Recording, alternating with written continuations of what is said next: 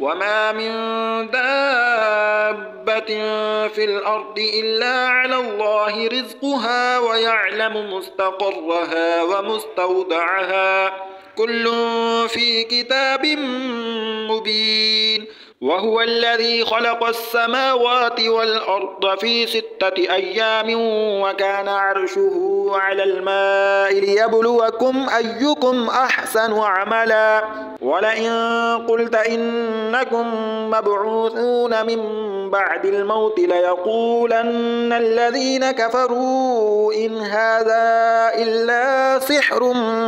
مبين. ولئن أخرنا عنهم العذاب إلى أمة معدودة ليقولن ما يحبسه ألا يوم يأتيهم ليس مصروفا عنهم وحاق بهم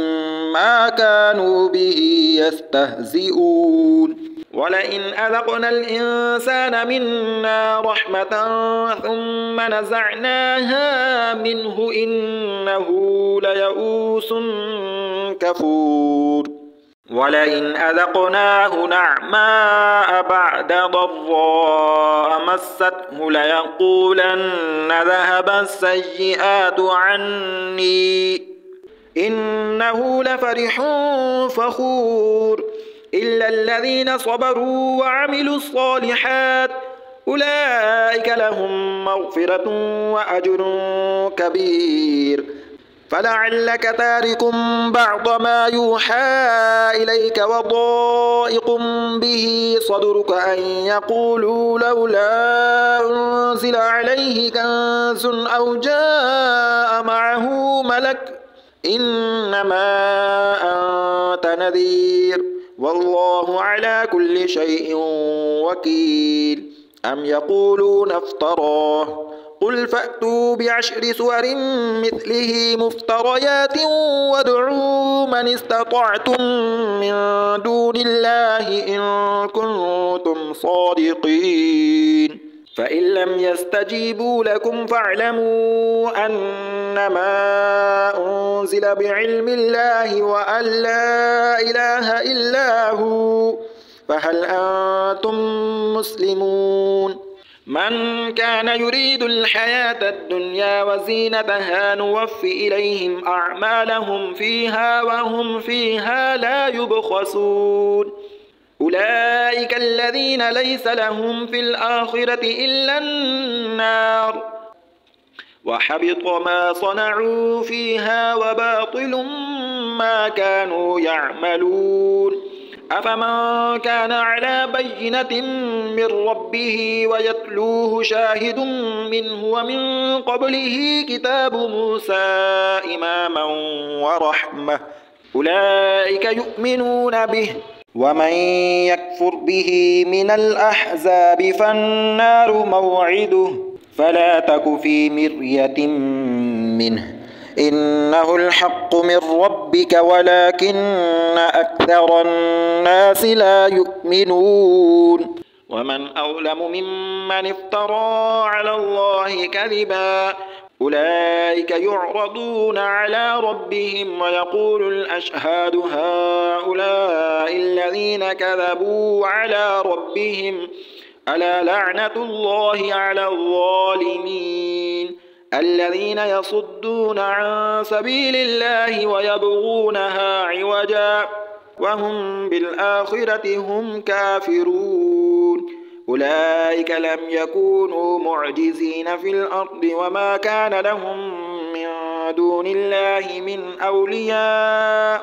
يضاعف لهم العذاب ما كانوا يستطيعون السمع وما كانوا يبصرون. أولئك الذين خسروا أنفسهم وضل عنهم ما كانوا يفترون. لا جرم أنهم في الآخرة هم الأخسرون. إن الذين آمنوا وعملوا الصالحات وأخبتوا إلى ربهم أولئك أصحاب الجنة هم فيها خالدون. مثل الفريقين كالأعمى والأصم والبصير والسميع هل يستويان مثلا أفلا تذكرون ولقد أرسلنا نوحا إلى قومه إني لكم نذير مبين ألا تعبدوا إلا الله إني أخاف عليكم عذاب يوم أليم فقال الملأ الذين كفروا من قومه ما نراك إلا بشرا مثلنا وما نراك اتبعك إلا الذين هم أراذلنا بادي الرأي وما نرى لكم علينا من فضل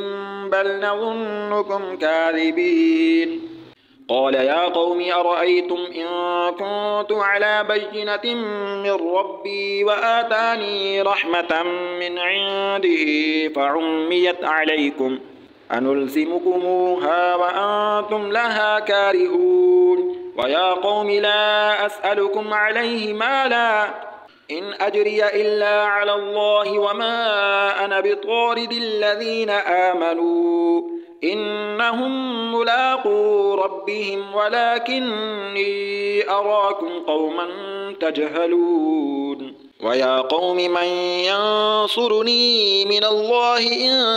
طردتهم أفلا تذكرون ولا أقول لكم عندي خزائن الله ولا أعلم الغيب ولا أقول إني ملك ولا أقول للذين تزدري أعينكم لن يؤتيهم الله خيرا الله أعلم بما في أنفسهم إني إذا لمن الظالمين قالوا يا نوح قد جادلتنا فأكثرت جدالنا فأتنا بما تعدنا إن كنت من الصادقين قال إنما يأتيكم به الله إن شاء وما أنتم بمعجزين ولا ينفعكم نصحي إن أردت أن أنصح لكم إن كان الله يريد أن يغويكم هو ربكم وإليه ترجعون أم يقولون افتراه قل إن افتريته فعلي إجرامي وأنا بريء مما تجرمون وأوحي إلى نوح أنه لن يؤمن من قومك إلا من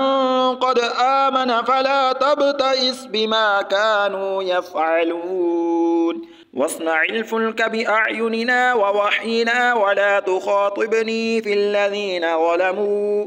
إنهم مغرقون ويصنع الفلك وكلما مر عليه ملأ من قومه سخروا منه قال إن تسخروا منا فإنا نسخر منكم كما تسخرون فسوف تعلمون من يأتيه عذاب يخزيه ويحل عليه عذاب مقيم حتى إذا جاء أمرنا وفارت النور قل نحمل فيها من كل زوجين اثنين وأهلك إلا من سبق عليه القول ومن آمن وما آمن معه إلا قليل وقال اركبوا فيها بسم الله مجريها ومرساها إن ربي لغفور رحيم وهي تجري بهم في موج كالجبال ونادى نوح ابنه وكان في معزل يا بني اركب معنا ولا تكن مع الكافرين قال سآوي إلى جبل يعصمني من الماء قال لا عاصم اليوم من أمر الله إلا من رحم وحال بينهما الموج فكان من المغرقين وقيل يا أرض ابلعي ماءك ويا سماء أقلعي وغيض الماء وقضي الأمر واستوت على الجودي وقيل بعدا للقوم الظالمين ونادى نوح ربه فقال رب إن ابني من أهلي وإن وعدك الحق وأنت أحكم الحاكمين قال يا نوح إنه ليس من أهلك إنه عمل غير صالح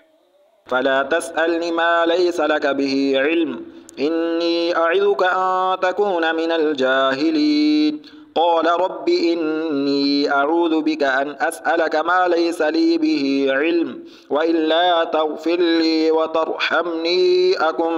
من الخاسرين قيل يا نوح اهبط بسلام منا وبركات عليك وعلى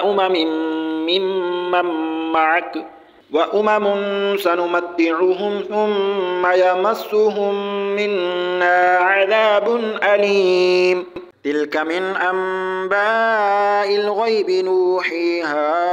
إليك ما كنت تعلمها أنت ولا قومك من قبل هذا فاصبر إن العاقبة للمتقين وإلى عاد أخاهم هودا قال يا قوم اعبدوا الله ما لكم من إله غيره إن أنتم إلا مفترون يا قوم لا أسألكم عليه أجرا إن أجري إلا على الذي فطرني أفلا تعقلون ويا قوم استغفروا ربكم ثم توبوا إليه يرسل السماء عليكم مدرارا ويزدكم قوة إلى قوتكم ولا تتولوا مجرمين قالوا يا هود ما جئتنا ببينة وما نحن بتاركي آلهتنا عن قولك وما نحن لك بمؤمنين إن نقول إلا اعتراك بعض آلهتنا بسوء قال إني أشهد الله واشهدوا أني بريء مما تشركون من دونه فكيدوني جميعا ثم لا تنذرون إني توكلت على الله ربي وربكم ما من دابة إلا هو آخذ بناصيتها إن ربي على صراط مستقيم فإن تولوا فقد أبلغتكم ما أرسلت به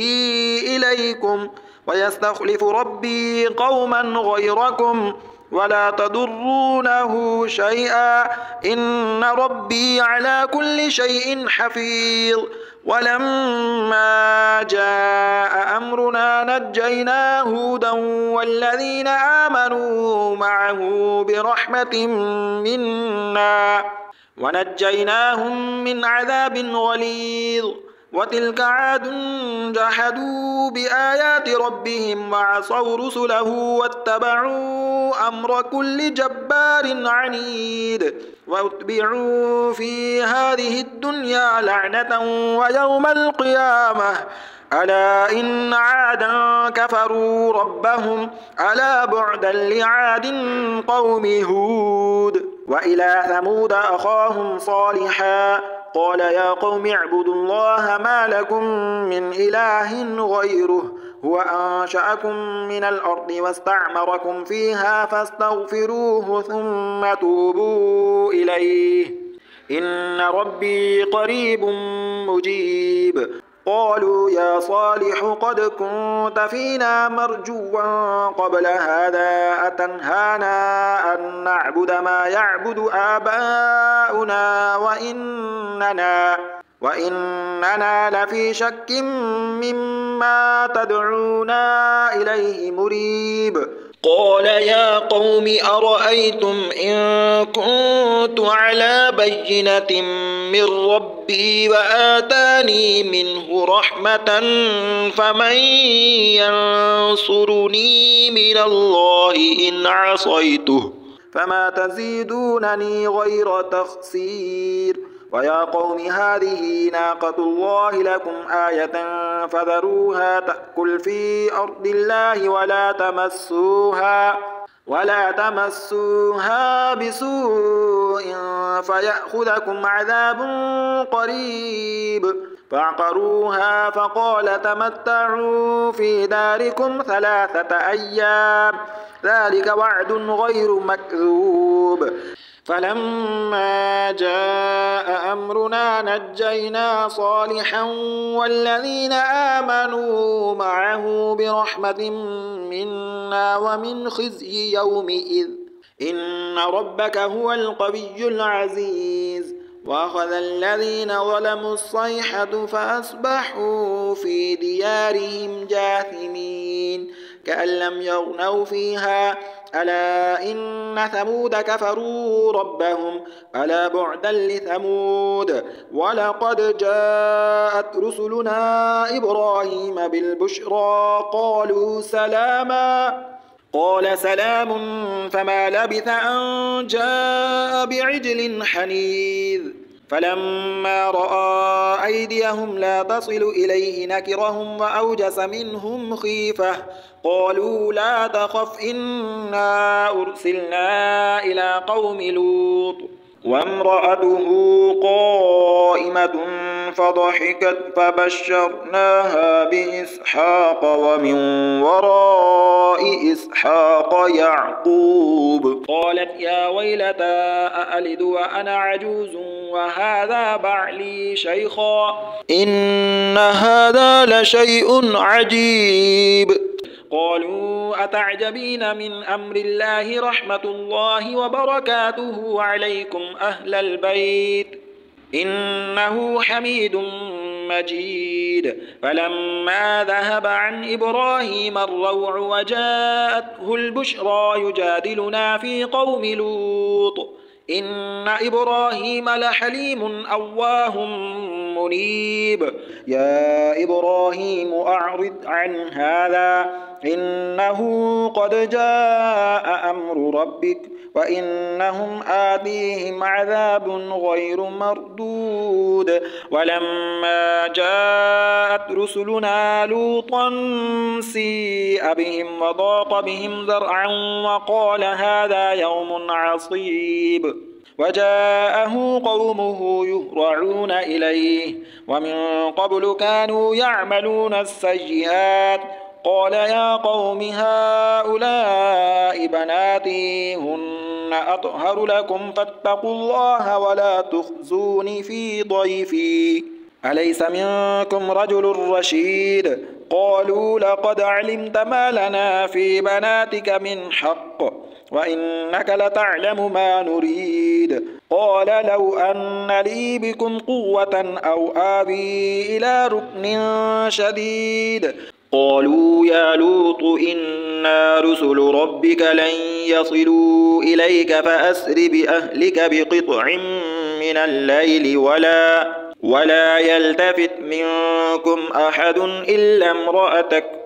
إنه مصيبها ما أصابهم إن موعدهم الصبح أليس الصبح بقريب فلما جاء أمرنا جعلنا عاليها سافلها وأمطرنا عليها حجارة من سجيل منضود مسومة عند ربك وما هي من الظالمين ببعيد وإلى مدين أخاهم شعيبا قال يا قوم اعبدوا الله ما لكم من إله غيره ولا تنقصوا المكيال والميزان إني أراكم بخير وإني أخاف عليكم عذاب يوم محيط ويا قوم أوفوا المكيال والميزان بالقسط ولا تبخسوا الناس أشياءهم ولا تعثوا في الأرض مفسدين. بقية الله خير لكم إن كنتم مؤمنين وما أنا عليكم بحفيظ. قالوا يا شعيب أصلاتك تأمرك أن نترك ما يعبد آباؤنا أو أن نفعل في أموالنا ما نشاء إنك لأنت الحليم الرشيد. قال يا قوم أرأيتم إن كنت على بينة من ربي ورزقني منه رزقا حسنا وما أريد أن أخالفكم إلى ما أنهاكم عنه إن أريد إلا الإصلاح ما استطعت وما توفيقي إلا بالله عليه توكلت وإليه أنيب. ويا قوم لا يجرمنكم شقاقي أن يصيبكم مثل ما أصاب قوم نوح أو قوم هود أو قوم صالح وما قوم لوط منكم ببعيد واستغفروا ربكم ثم توبوا إليه إن ربي رحيم ودود. قالوا يا شعيب ما نفقه كثيرا مما تقول وإنا لنراك فينا ضعيفا ولولا رهطك لرجمناك وما أنت علينا بعزيز. قال يا قوم أرهطي أعز عليكم من الله واتخذتموه وراءكم ظهريا إن ربي بما تعملون محيط. ويا قوم اعملوا على مكانتكم إني عامل سوف تعلمون من يأتيه عذاب يخزيه ومن هو كاذب وارتقبوا إني معكم رقيب. ولما جاء أمرنا نجينا شعيبا والذين آمنوا معه برحمة منا وأخذت الذين ظلموا الصيحة فأصبحوا في ديارهم جاثمين كأن لم يغنوا فيها ألا بعدا لمدين كما بعدت ثمود. ولقد أرسلنا موسى بآياتنا وسلطان مبين إلى فرعون وملئه فاتبعوا أمر فرعون وما أمر فرعون برشيد يقدم قومه يوم القيامة فأوردهم النار وبئس الورد المورود. وأتبعوا في هذه لعنة ويوم القيامة بئس الرفد المرفود. ذلك من أنباء القرى نقصه عليك منها قائم وحصيد. وما ظلمناهم ولكن ظلموا أنفسهم فما أغنت عنهم آلهتهم التي يدعون من دون الله من شيء لما جاء أمر ربك وما زادوهم غير تتبيب. وكذلك أخذ ربك إذا أخذ القرى وهي ظالمة إن أخذه أليم شديد. إن في ذلك لآية لمن خاف عذاب الآخرة ذلك يوم مجموع له الناس وذلك يوم مشهود وما نؤخره إلا لأجل معدود يوم يأتي لا تكلم نفس إلا بإذنه فمنهم شقي وسعيد. فأما الذين شقوا ففي النار لهم فيها زفير وشهيق خالدين فيها ما دامت السماوات والأرض إلا ما شاء ربك إن ربك فعال لما يريد. وأما الذين سعدوا ففي الجنة خالدين فيها ما دامت السماوات والأرض إلا ما شاء ربك عطاء غير مجذوذ. فلا تك في مرية مما يعبد هؤلاء ما يعبدون إلا كما يعبد آباؤهم من قبل وإنا لموفوهم نصيبهم غير منقوص ولقد آتينا موسى الكتاب فاختلف فيه ولولا كلمة سبقت من ربك لقضي بينهم وإنهم لفي شك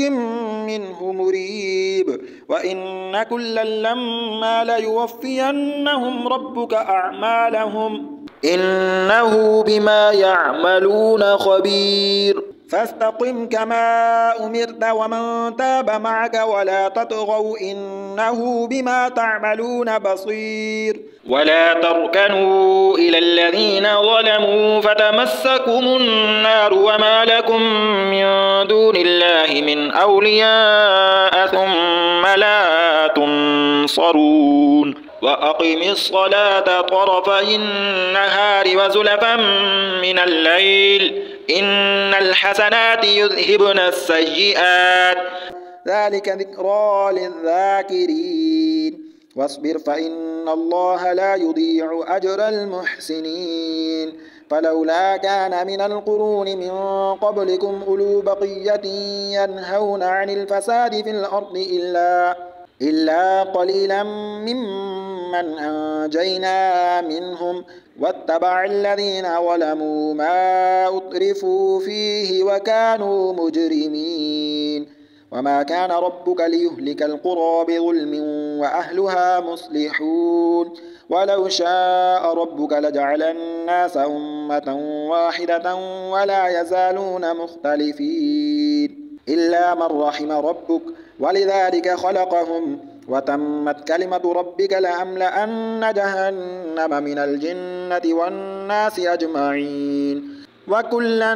نقص عليك من أنباء الرسل ما نثبت به فؤادك وجاءك في هذه الحق وموعظة وذكرى للمؤمنين وقل للذين لا يؤمنون اعملوا على مكانتكم إنا عاملون وانتظروا إنا منتظرون ولله غيب السماوات والأرض وإليه يرجع الأمر كله فاعبده وتوكل عليه وما ربك بغافل عما تعملون بسم الله الرحمن الرحيم ألف لام را تلك آيات الكتاب المبين إنا أنزلناه قرآنا عربيا لعلكم تعقلون نحن نقص عليك أحسن القصص بما أوحينا إليك هذا القرآن وإن كنت من قبله لمن الغافلين إذ قال يوسف لأبيه يا أبت إني رأيت 11 كوكبا والشمس والقمر رأيتهم لي ساجدين قال يا بني لا تقصص رؤياك على إخوتك فيكيدوا لك كيدا إن الشيطان للإنسان عدو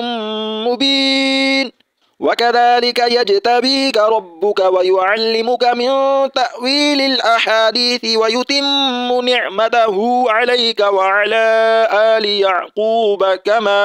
كما أتمها على أبويك من قبل إبراهيم وإسحاق إن ربك عليم حكيم لقد كان في يوسف وإخوته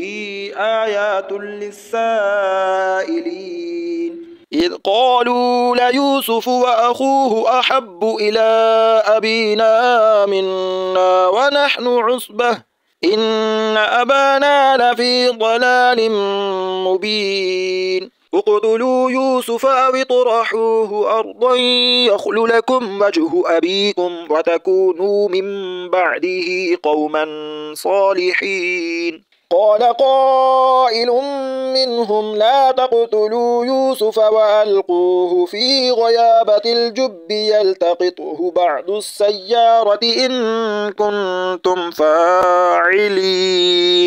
قالوا يا أبانا ما لك لا تأمنا على يوسف وإنا له لناصحون. أرسله معنا غدا يرتع ويلعب وإنا له لحافظون. قال إني ليحزنني أن تذهبوا به وأخاف أن يأكله الذئب وأنتم عنه غافلون.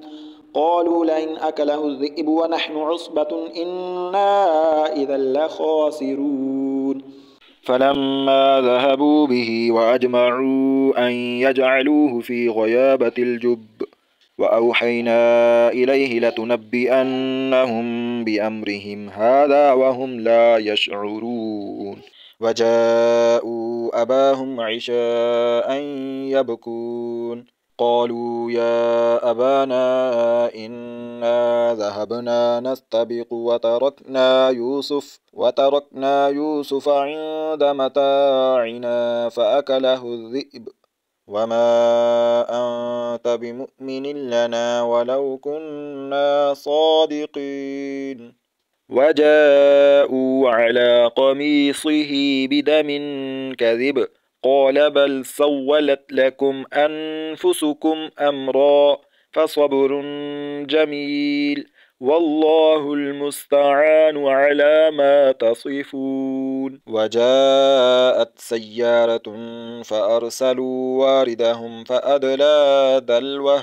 قال يا بشرى هذا غلام وأسروه بضاعة والله عليم بما يعملون. وشروه بثمن بخس دراهم معدودة وكانوا فيه من الزاهدين. وقال الذي اشتراه من مصر لامرأته أكرمي مثواه عسى أن ينفعنا أو نتخذه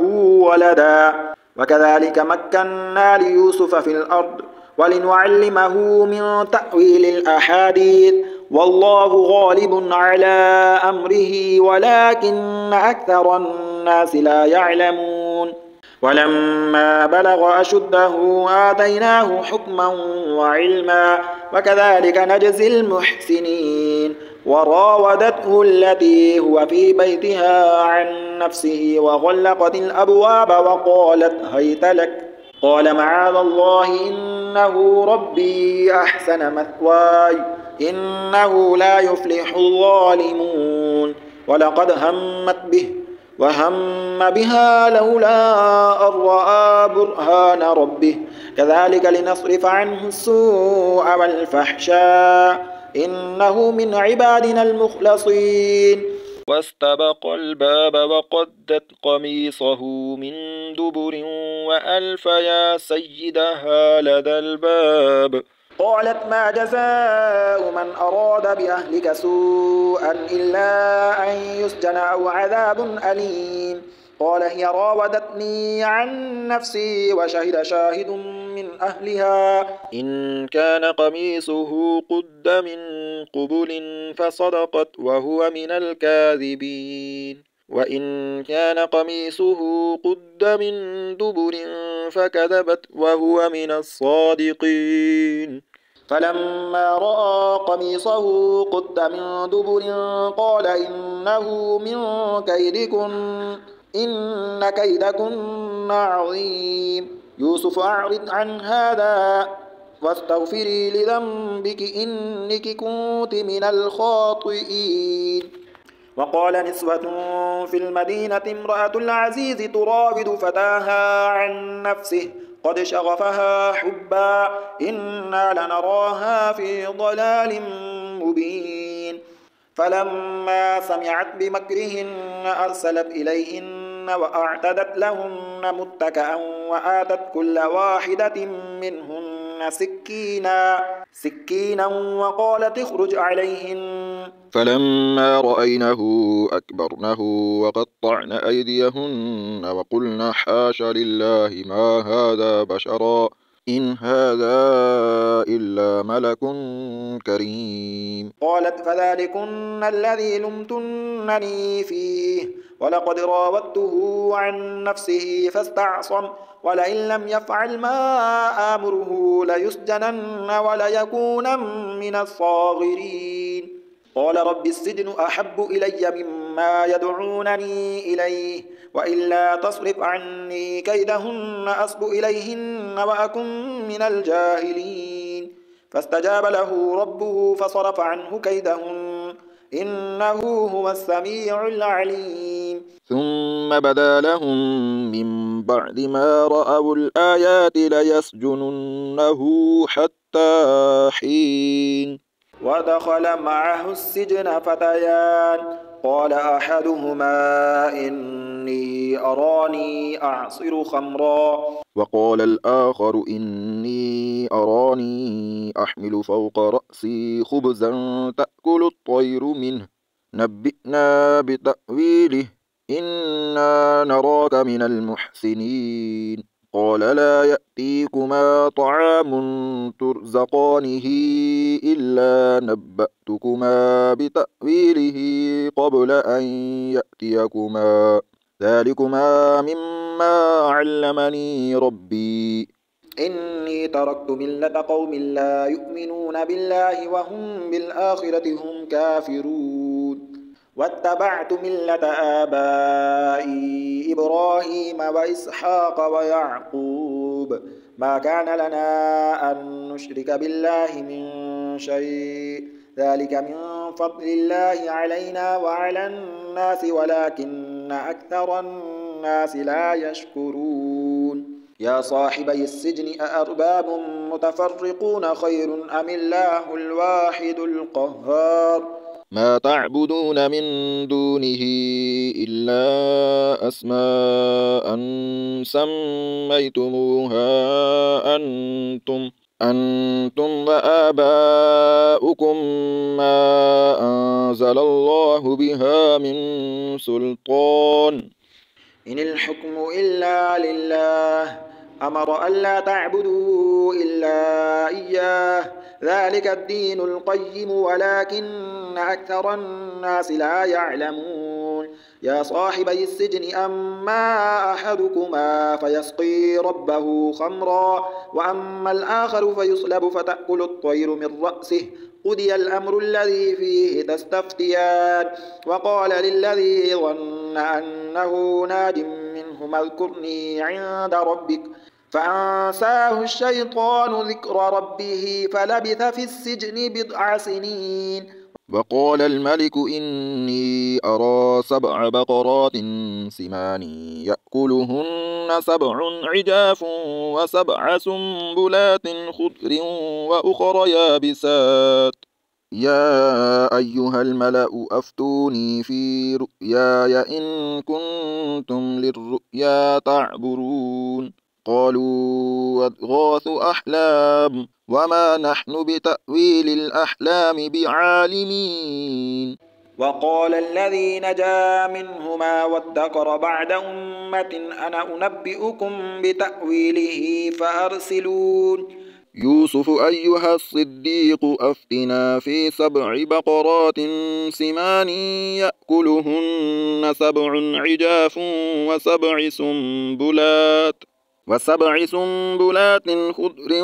وأخر يابسات لعلي أرجع إلى الناس لعلهم يعلمون. قال تزرعون 7 سنين دأبا فما حصدتم فذروه في سنبله إلا قليلا مما تأكلون. ثم يأتي من بعد ذلك 7 شداد يأكلن ما قدمتم لهن إلا قليلا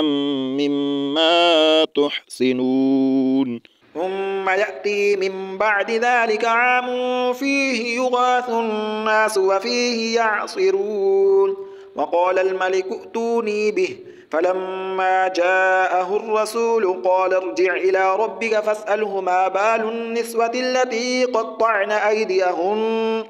إن ربي بكيدهن عليم. قال ما خطبكن